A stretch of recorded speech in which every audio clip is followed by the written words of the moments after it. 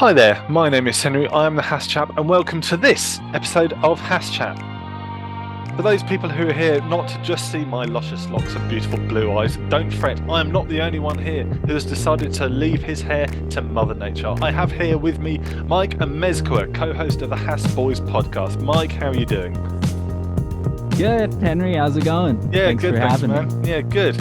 So, I wanted to start off with the usual one that I've been asking everybody. How did you get into Formula One and into Haas? Oh man. Well, it's a long story, but I'll keep it to the briefest form. Actually, just as a quick question, can you hear my heater that just kicked on? Is I it super can't. No, loud? don't worry. Okay, good. I just It's want all to make good. sure. This is a functional basement for those who might think it's an actual studio. It is my basement, and the furnace is not far from me.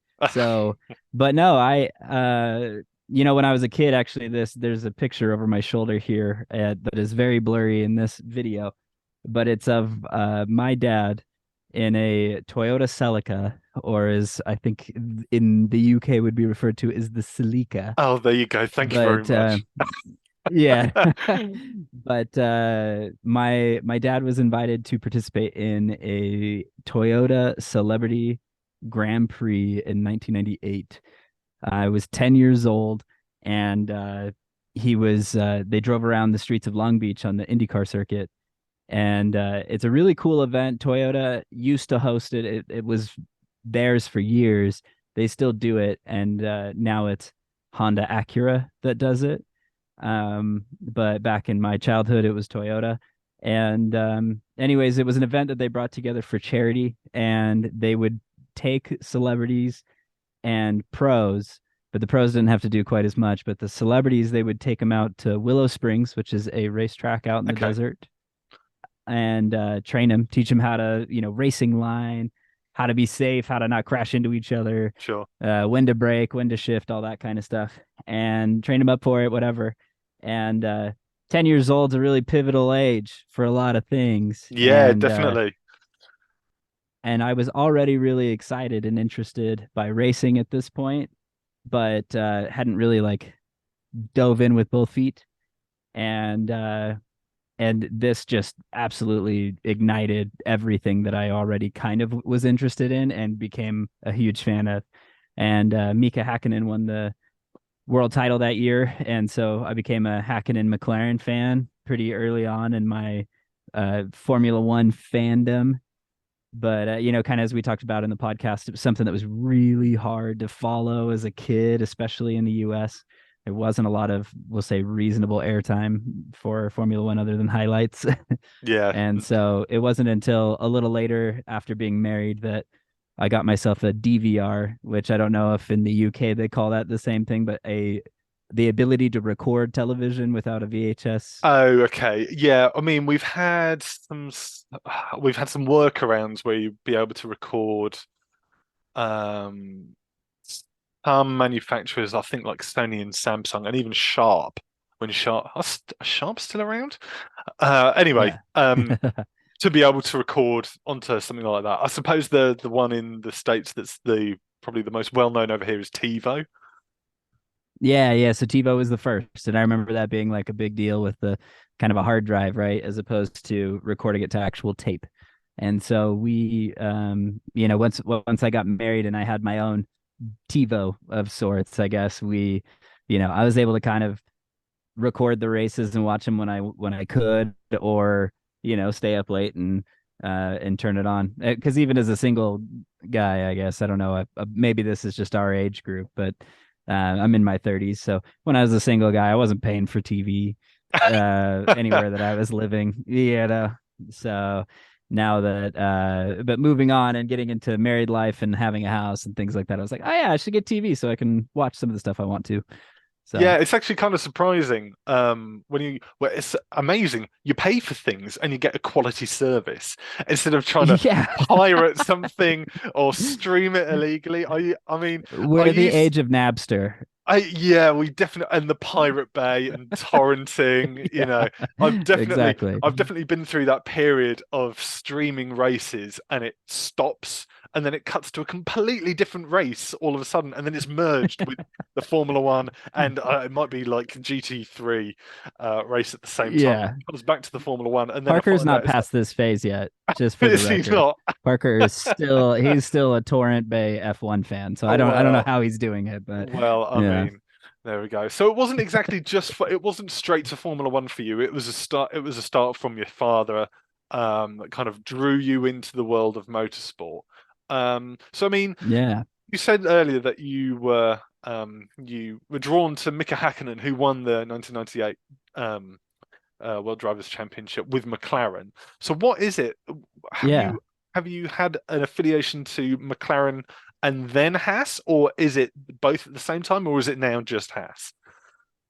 Yeah, I mean, I think over the years, we'll say that I'm a way more devout Dodgers fan in Major League Baseball than I am really any devout to a lot of things. Sure. And so with McLaren, it was just because of the time period. I liked the car, the Michael Schumacher red Ferrari thing just seemed too obvious to me. It was like, Yeah. oh yeah, well that is the race car. Everyone wants the red race car to win. And so I kind of just was drawn to this black and silver.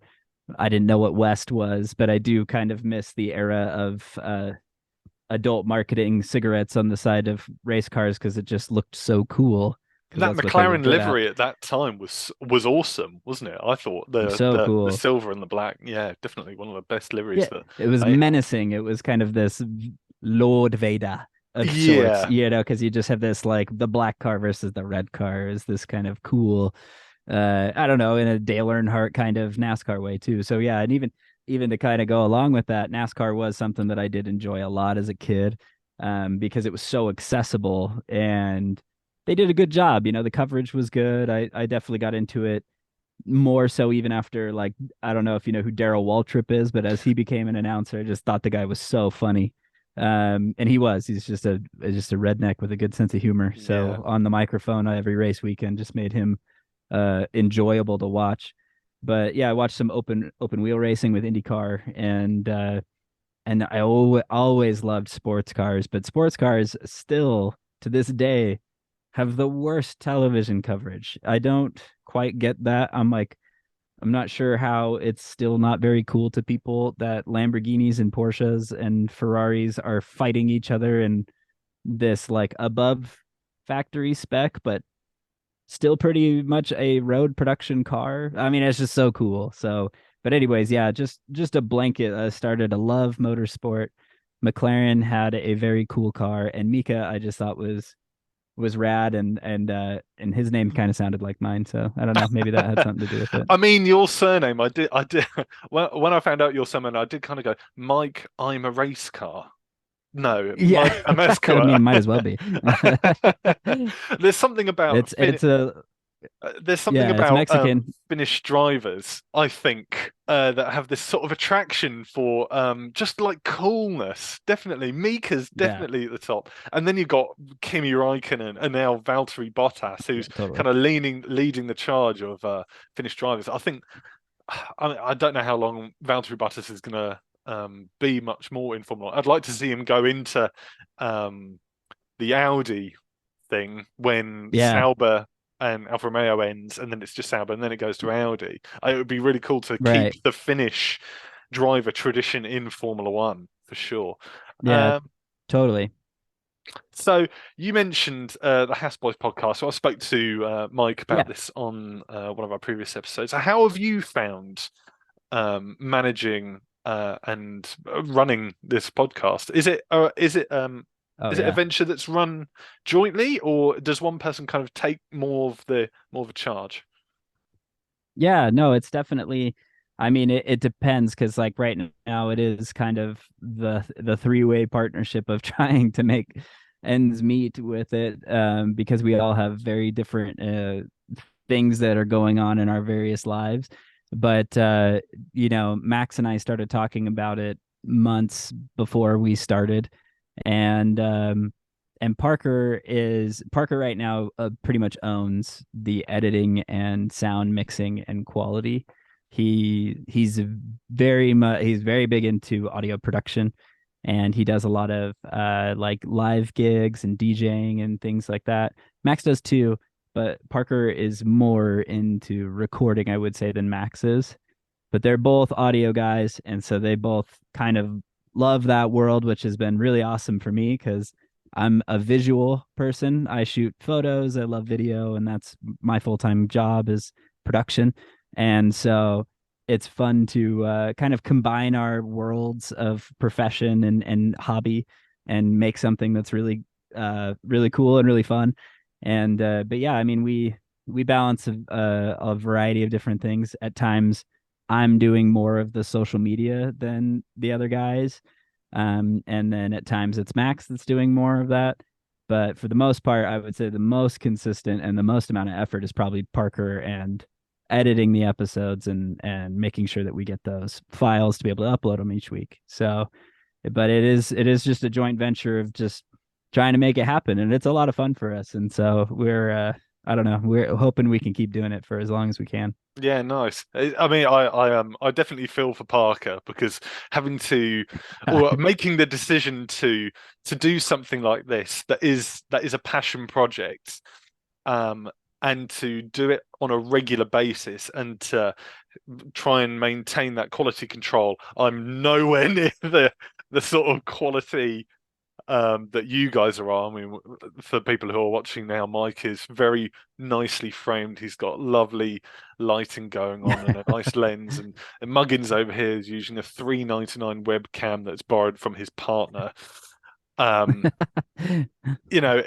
definitely Awesome feel though. for you. And keeping up that social media side, I spoke with I chatted with Mike about this a little bit. Sometimes I find it difficult when we're talking who is who, and I'm not Yeah, for entirely sure. sure because it's like, oh yeah, it's either Mike or Max, and so I feel like I can kind of tell just by the way that the message is framed. But Right. I sent a little while ago, and I'll pop this up on the screen for those watching.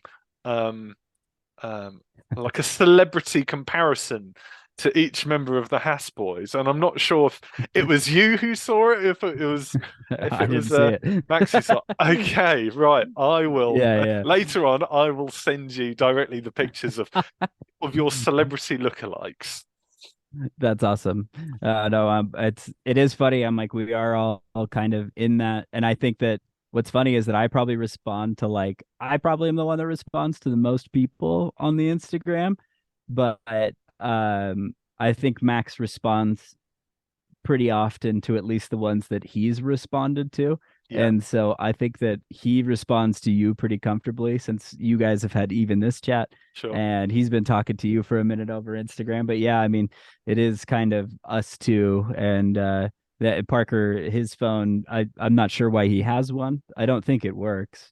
And but he shows up on Monday nights when we record. So but that's pretty much that's it's just me and Max that are on social for the most Yeah, part. sure. So, did you know that Max likes to deliberately miss bits of information out during a race weekend just so he can ask you questions for the podcast? Pretty much, yeah. Oh, I you mean, did. I would say that Okay. he hasn't shot it as clear as that to me, but I would say that I have It was a been request he sent over expecting to that. me to say, "Can you just tell Mike that I deliberately do this. I am not an idiot." No, I got a sense of that because they do love the questions. But my favorite, I think one of the funniest parts of this podcast is I would say that when we started it, I don't think in any sense or any expectation out of the gate did anyone consciously decide that this podcast was a way to just make fun of me for 45 minutes each week. Oh no, I think that's a bit mean because you're the one who holds the cards. You're the one who holds Yeah. it all together because I think without you, and we alluded on this with the chat with Max, without you, it would just be Parker and Max going, "Did you see the race? Oh, I don't know, maybe. What what's this Yeah. do? I don't know. All right, that's the end of the show. Thank you and Yeah. good night." Yeah. Well, and I hate to refer to Top Gear too much, but it's a cultural piece for our at least our little clan and definitely car culture. But I definitely at some point or another accepted the James May role somehow. And I think that if I had the podcast by myself, that it would be like James May in a war airfield of retired airplanes, and it would just be horrendously boring, and it would just be me nerding out about everything that happens. And so I definitely appreciate the fact that Parker and Max are so pop culturally driven, and they just find something that they can go, what did you just say? That was stupid. Let me make sure that everyone knows that that's stupid. And so I always appreciate how they see things, and it makes it very fun for me as well. So, but it is a dynamic that I don't think we expected. And again, to even kind of something that we talked about earlier, Max and I were the ones that talked about doing the podcast. And I think at first that was kind of the goal, was just kind of like Max and I shooting the breeze and talking about it. And then we ingested Parker into this, and he just added this layer of like he knew even less than Max. And so it just became even funnier. But he also is super interested in the really nerdy, so the really deep engineer, the CNC and all that. And Max is very culturally driven. He loves the art side of things and how the drivers show up and they're wearing like flamboyant apparel and sunglasses, and they're just rock stars to him. And so the dynamics of what they're interested in also create kind of a funny conversation. Yeah, definitely. So, I mean, everyone has a second team to support. For me, Right. um, Haas is at the top, obviously, of course, because why on Yeah. earth would I present this as anything else but wearing full Haas merch? Um, Yeah. Everyone has a second team. My second team is McLaren. In what hierarchy? I would say now, would you be more of a McLaren fan or a Haas fan or a different fan? Yeah. Well, I think that's kind of one of the things that I've really enjoyed about Formula One over the last, we'll say, few years. I feel like I got a great sense even prior to Drive to Survive of who each individual driver was. And I've used this example a little bit in the past of just to even just sell this a little more. The drivers these days speak such clear English. They are great at speaking English, and their personalities are shown through in that way as well. I mean, Mika was so dry and so Finnish and funny about his deliveries that's kind of why he and Kimi and Valtteri kind of paint the same picture together. But a lot of drivers that spoke French primarily, will say like Pierre Gasly or Charles, in the 90s, these guys would have been really hard to understand and like really hard to engage with. And these days, because of the media and the production and distribution of it, I swear the English has just improved, and the characters of these drivers have kind of fit a mold that's so digestible by our kind of more Western civilization, and American and UK, that I think that that's a huge appeal to me.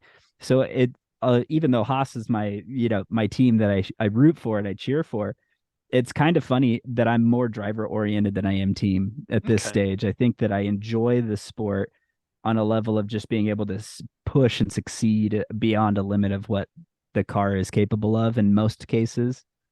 And when it comes to the three top teams, it's hard to say that I cheer for one, because if any one of those teams becomes overly dominant, then I start to hate them. So like when Mercedes was winning, I was like, come on, Red Bull. And now that Red Bull is winning and Mercedes is nowhere near, I'm like, come on, Ferrari. But the second that Ferrari becomes dominant, I don't want them to win anymore. So it's a big toss up. But Haas is definitely number one, and that number two slot really just, it's a revolving door for me. It's a revolving door. I mean, I was going to say it's pretty easy to, with your sort of philosophy within the top three teams during the season. It's pretty easy then to support Haas because they're not going to be quite so Yeah, they're dominant. not the top three. No, Yeah, so no. yeah, so it's definitely just like, come on, his 10th would just, I'd kill for a 10th right now. Come on. So, Just anything, a but I think that glimmer of hope. yeah, there's something about that also is just like another thing that I love. Especially in other forms of motorsport where I did grow up with NASCAR and watching the Hendrick team dominate, or Roush, or any of the which are Chevy and Ford. And And it's just funny because it's like even in those sports where the car is spec, we'll use air quotes here, they find their ways to cheat and make the car crazy fast compared to the other spec car.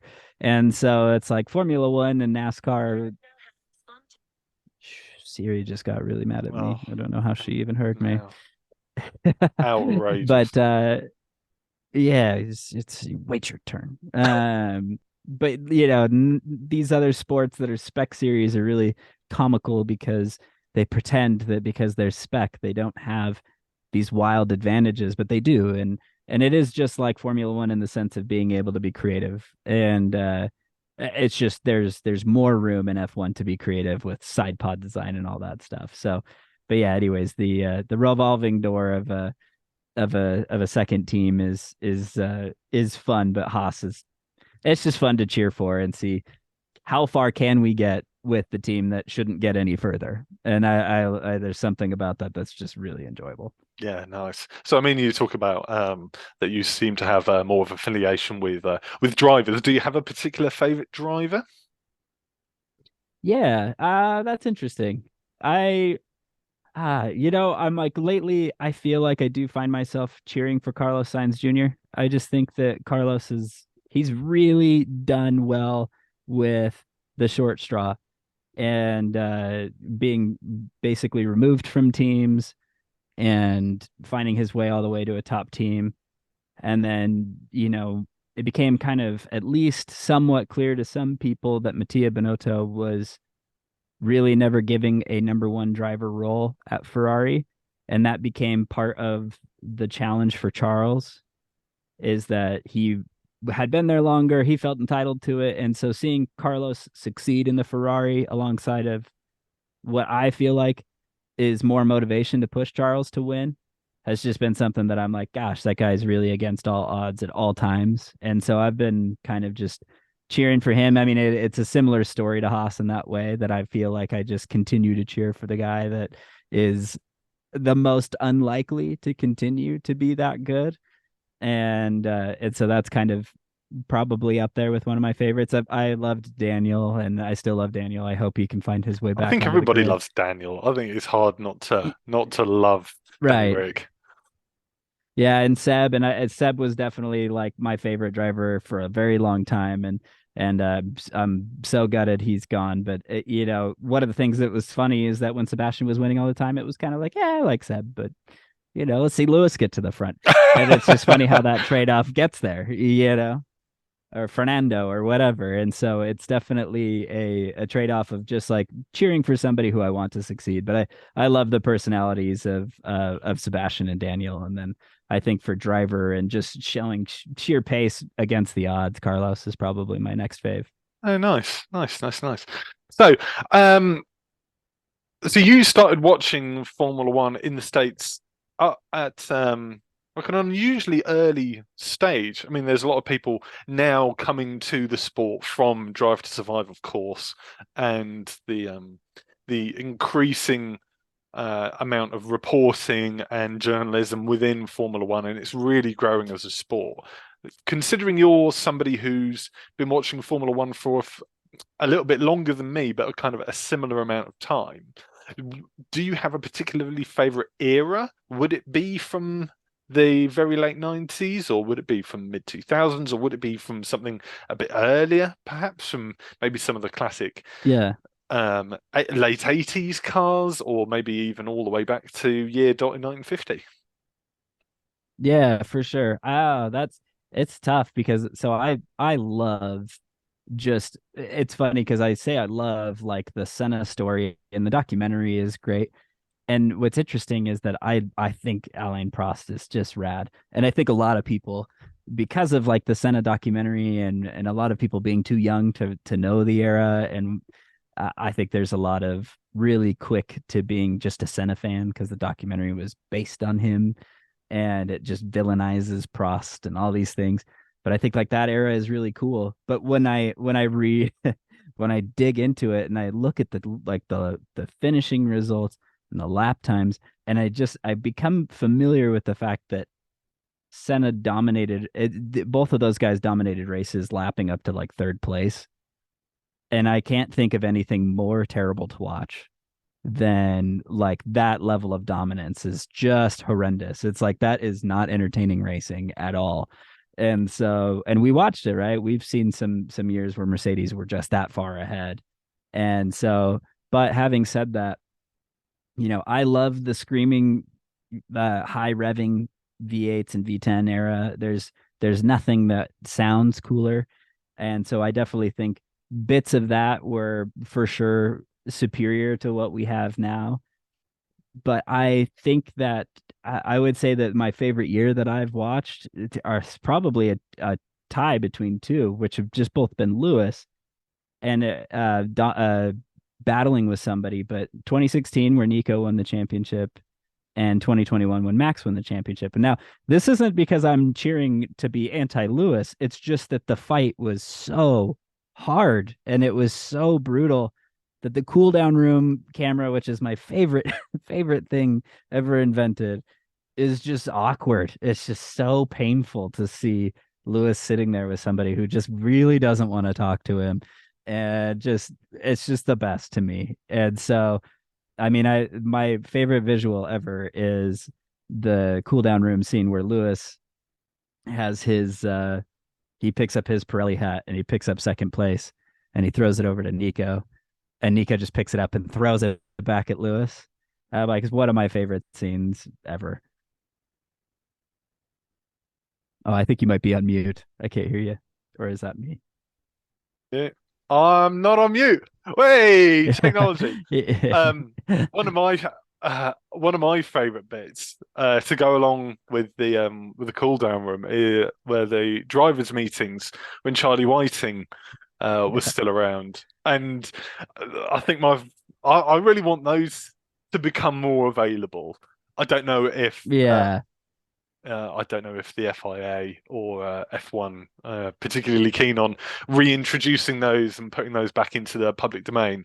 But I loved it when Roman called Lewis out on the seatbelts thing, and then you've got all of Yeah. the interplay between the drivers just going, "Well, you did this," and go, "No, I didn't, but you did this." I love all that It that just becomes such a natural blame game. that natural interaction that the drivers are going to have with each other, where it's not forced or it's not something from F1 on YouTube or from Sky Sports where they have to do a challenge and it's all a bit tongue in cheek, where it's something that is completely natural and Yeah. uncut. So you see every single piece. It's like when Lewis and George and Max, I think, were laughing at Ferrari because they went to the hard tire. Right. Yeah. It's something like The it's things like that I really like to see. So I definitely get where you're coming from. For sure. And I even miss the days of when they used to pile six drivers into a media conference. I think that was a breeding ground for great moments for especially Sebastian, who's was quick-witted and would just, you have somebody who's asking too long of a question about monkeys and buttons and whatever. And and then everyone's looking at each other and he's like, can you re-ask the question? It's just a lot of that kind of stuff. It was really good because there was more people, which just added more elements of fun in that way. So I definitely think they could bring that back now that COVID's sort of less of a conversation. Yeah. So from ridiculous questions, how on earth did the Otmar smokes crack thing ever come about? Well, that one, I've never felt like anyone has deserved that kind of punishment more than Otmar. And even though he's a fellow American, he really did us wrong. He really did us dirty with the a lot of comments about the white Ferrari and how we were copying and that had no place. And again, to me, I was just so excited that I was like, man, the team principal at Alpine is trying to get Haas in trouble because the car's that fast. And there's something about that that's so funny. And it just Max and Parker just taking it way too far. They're like, yeah, he's on crack. I think he smokes crack. And so, yeah, it's definitely it's out of hand these days. And he's got a Slanket, and that's Parker. That's 100% Parker, That's it. the Alpine Slanket deal. But yeah, I mean, Otmar has been on thin ice with us for some time, and he I think almost it's redeemed himself with almost. I mean, I think potentially it's signing Mick. interesting.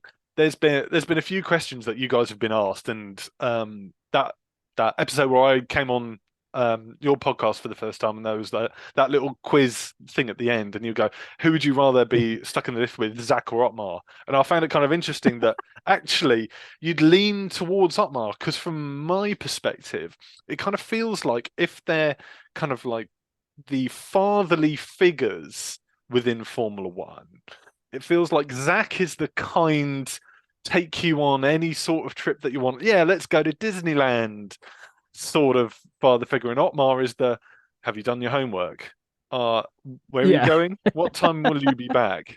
So, Yeah. is there a I feel like leaning Zach would towards also Otmar? not tell me anything, though. I feel like if I got stuck, I'd go to Disneyland with Zach, and he would be on his phone the whole time. He Oh would just be yeah, texting and emailing, and yeah. I could see Otmar putting his phone down and engaging. So, I mean, I don't know. I think their personalities, I don't know. Zach's on thin ice with me these days. I think Piastri is, I'm just glad he's Australian because at least we get some sarcasm Yeah. and some hard to understand accent.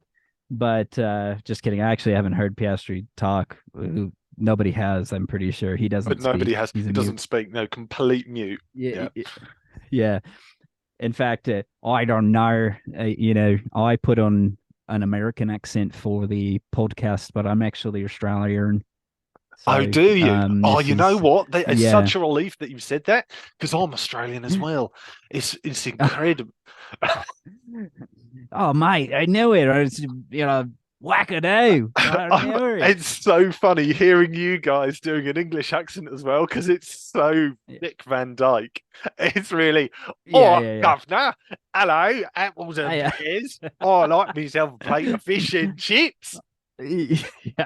Everything Parker does in a British accent becomes Wallace and Gromit immediately. He can't not do it. And and I'm actually really good at an Australian accent, despite me being very over the top just barely. But You know what? It I don't was turn that one on very that often. was. I think particularly for an accent that often gets confused with English. I think when accents are impersonated, it's like Yeah, English and Australian. We both say mate quite a lot, yeah, so it's easy, yeah. definitely easy to mix our accents around. Well, and Australians they talk really fast, and they've got their nasally vowels and things that separate a bit from the British. And they But do that diphthong anyways, where they go up at the end all the time. yeah, exactly. Yep. After living there for a couple of years, but that was the first thing that my brother said to me when I came back, is he was making fun of me because everything ended in an up. I was like, I didn't lose my American accent, but I lost my ability to have correct inflection. And so he'd be like, he's like, oh yeah, those guys next door, they got a mini ramp in their backyard, and I'm like, they got a mini ramp in the backyard, and he's just like, in the backyard. And I was like, oh crap, yeah, I'm gonna have to lose that. So, So moving but on, yeah, I'm we like, it's a good place. Yeah, moving on. 2022 was quite the year for Haas F1. Um, Going into 2023, is there something that you would like to see from the team specifically, whether that be like a podium or more frequent upgrades or I don't know, something with the social media team or a bit more involvement in and around the paddock? What is there anything that you'd like to see particularly from the team? I mean, I think on the racing side, I'm really hoping that Haas can find within them some strategy play that is aggressive, but also isn't like being too creative. I think that what we saw a lot this past year was trying to get lucky. It seemed like they were just grabbing at straws for the lucky strategy. Okay, so we've got a hard tire option here, and if we put that on at like lap 2 and do something weird like that, and we get a safety car, then we're going to be sitting pretty. We're going to be leading the race. And I feel like that was kind of an unfortunate thing that just seemed to continually happen at Imola, and it just any of these courses that we went to that we were actually having good pace, where we were just rolling the dice to get lucky. And I just wish that we would have rolled the dice to get points. And so I think that's my hope for this year, is that the strategy is a little bit, it's aggressive, but it doesn't exactly put us in, if this doesn't work, we finish last. And so I really hope that that becomes a thing. But yeah, I mean, on the social media side, I think it would be cool for, I mean, I don't think that we see enough of the drivers or Gunther talking to the admin or the guy who's running social, or girl. Just like a quick, like 5-second, like speaking to the phone, like, hey, it's Gunther. We just had a good race weekend. Thanks everyone for supporting, and hopefully next week we have another good one. Just something like that. I think goes a long way for the engagement of feeling like the Haas F1 account is actually their account. And on Instagram or TikTok or wherever platform of your choice. But yeah, I'd like to see the team get more involved and just saying hi to the fans via the Instagram, because I think Mercedes and Ferrari and McLaren, those teams do a fantastic job with their social in that way. So those are probably the two things that I'm hoping for this year.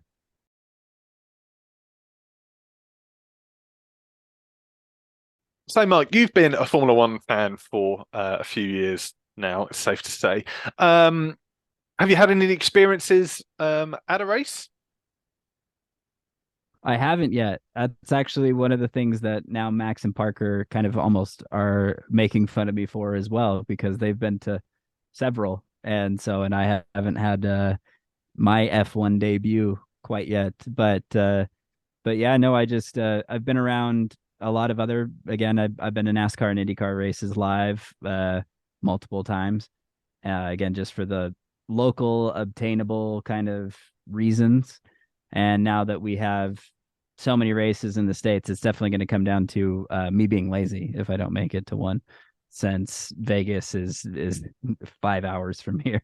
It's really close to where we live. It's funny you say Vegas How being. about yourself? Have you been to one?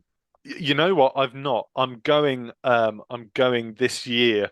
I'm going to Silverstone for the whole weekend, Rad. which is going to be really That'll cool. be awesome. To plug another show, I'm going to be staying with the WTF1 at their campsite, which is on a golf course, which is right nice. next to the circuit.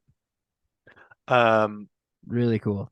Yeah, so yeah, going for the whole weekend with my old boss and a few other old work colleagues. And it's going to be such a hoot. It's going to be such good fun. I can already see it. But I'm going to take a few things with me. I'm going to record some stuff for the Haas Chap at Silverstone. But I'm also going to take a little notepad and pen, and I'm going to mark down how many other Haas fans that I see there, because there's got to be another English Haas fan out there. There's got to be one. There's somewhere. Unless I am the only one. That's the claim. That the outrageous might be claim the only that I've Haas been chap. making. I might be. You never know. So if there was a Formula One race that you would want to go to, which one out of the calendar would you want to go to most?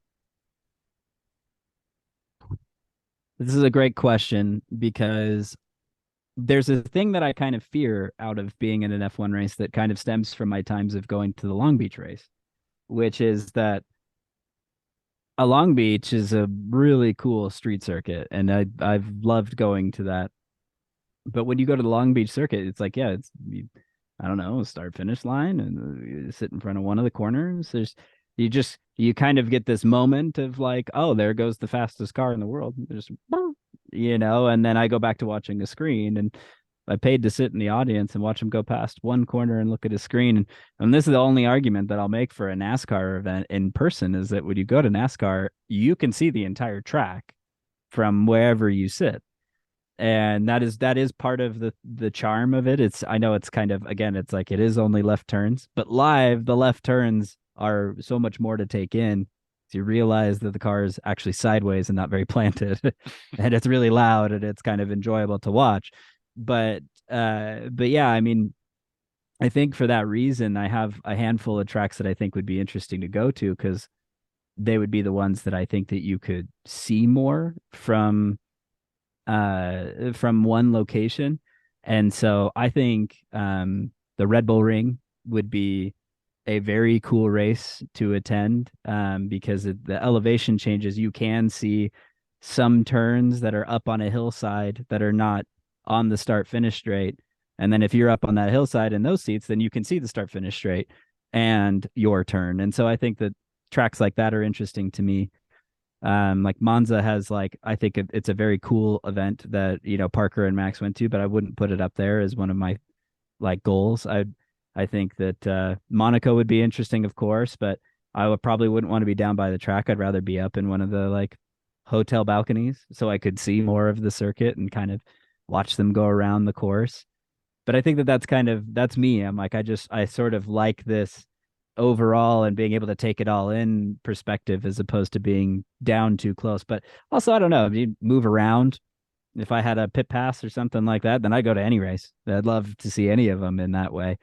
But yeah, I mean, I think that top of that list would probably be like Austria and then Monaco would probably be second and weirdly enough, I think even though I've said all of this, I think Baku, Azerbaijan is one of my favorite races just because I think that circuit is so cool. You know what? I think Baku's my favorite street circuit, certainly. Yeah, There's been a lot more enthusiasm for Jeddah, I think over the past year.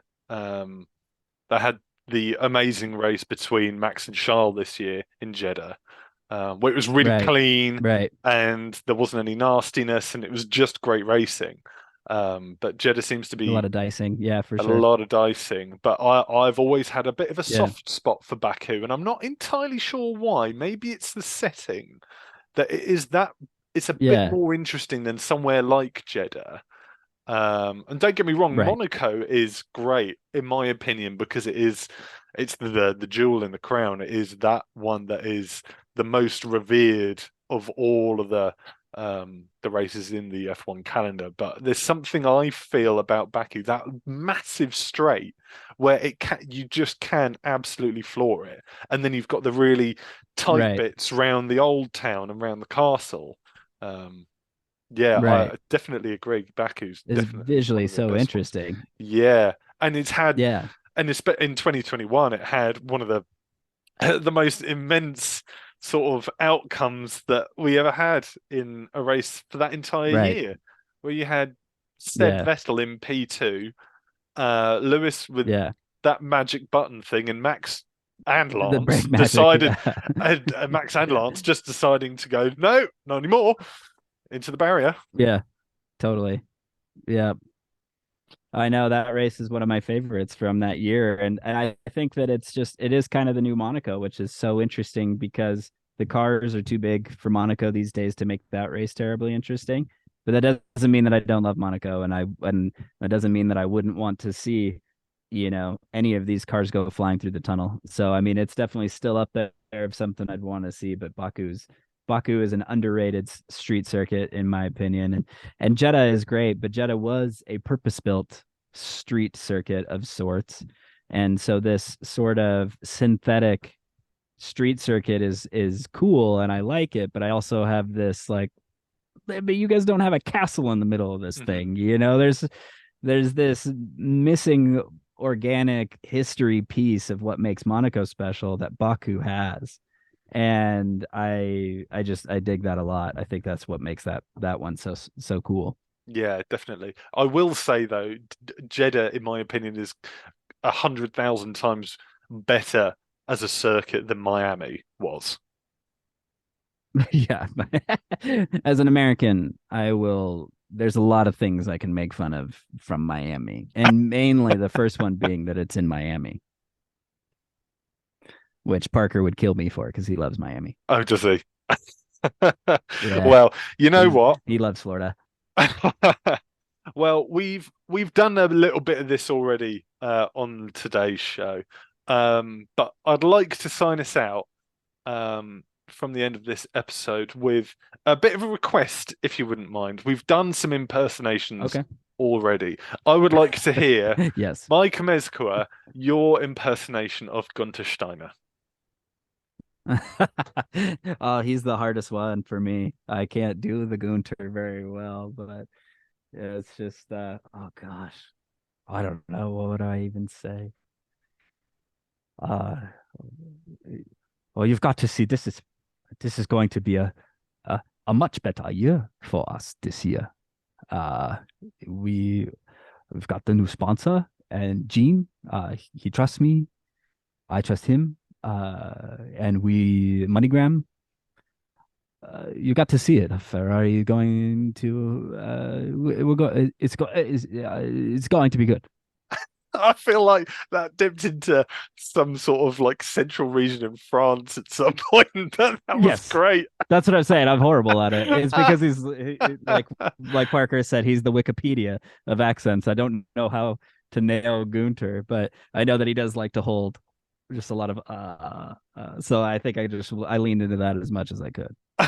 But Well, if you watch Serial Abitable or any of those guys, I'm like, man, oh I feel well, like their accent's so identifiable okay. to me. Well, I tell you what then. Let's really end this with your best impersonation of somebody from Formula One. I feel like Carlos Sainz is the Your only person Carlos that I can Sainz really was do actually great. pretty good. Yeah, yeah. But uh, well, it's been really good to be here today and to talk to you, Henry, and to kind of hear more about like what you like to see in Formula One. And in my dad is in the Dakar right now. He's racing across Saudi Arabia. He's doing a good job, but like he broke some beats, and I closed the door for him, and he get in trouble for that. So yeah, but anyways, thank you for your time today, and I hope the Ferrari this year is a little bit faster, and that Fred Vasseur he wants to be my friend. Mike Amezcua from the Haas Boys Podcast. Thank you very much for joining me, the Haas Chap, on this episode Thank you. of the Haas Chats.